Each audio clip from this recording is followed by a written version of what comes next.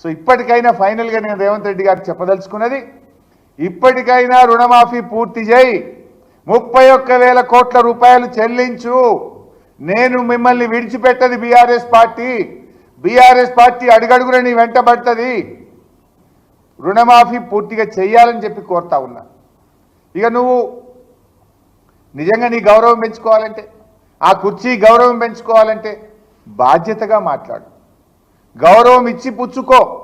నువ్వు ఎదుటివారిని అగౌరవపరుస్తా అంటే తప్పకుండా ఎదుటివారు నిన్ను కూడా అగౌరవపరచాల్సి వస్తుంది. ఇంకా మేము చాలా సంయమనంతో వ్యవహరిస్తున్నాం, మర్యాదగా మాట్లాడే ప్రయత్నం చేస్తున్నాం. కానీ నువ్వు పదే పదే పదే మమ్మల్ని కించపరిచినప్పుడు మరి మేము కూడా మాట్లాడవలసి వస్తుంది. దయచేసి ఇప్పటికైనా మంచిగా మాట్లాడడానికి చాలా పద్ధతులు ఉంటాయి. ఇప్పుడు నువ్వు ఒక ముఖ్యమంత్రిగా ఉండే దంచుండ్రి, కొట్టుండ్రి, చితగొట్టుండ్రి, చింతకాయ కొట్టుండ్రి అని మెసేజ్ ఇస్తే కింద ఏం జరుగుతుంది? గ్రామాల్లో, మండలాల్లో కింది స్థాయి నాయకులు వాళ్ళు కూడా ఇది పద్ధతిని అవలంబించరా? తద్వారా రాష్ట్రంలో ల్యాండ్ ఆర్డర్ ఉంటుందా? తద్వారా రాష్ట్రంలో నష్టం జరగదా? ఈ రాష్ట్ర బ్రాండ్ ఇమేజ్ దెబ్బతినదా?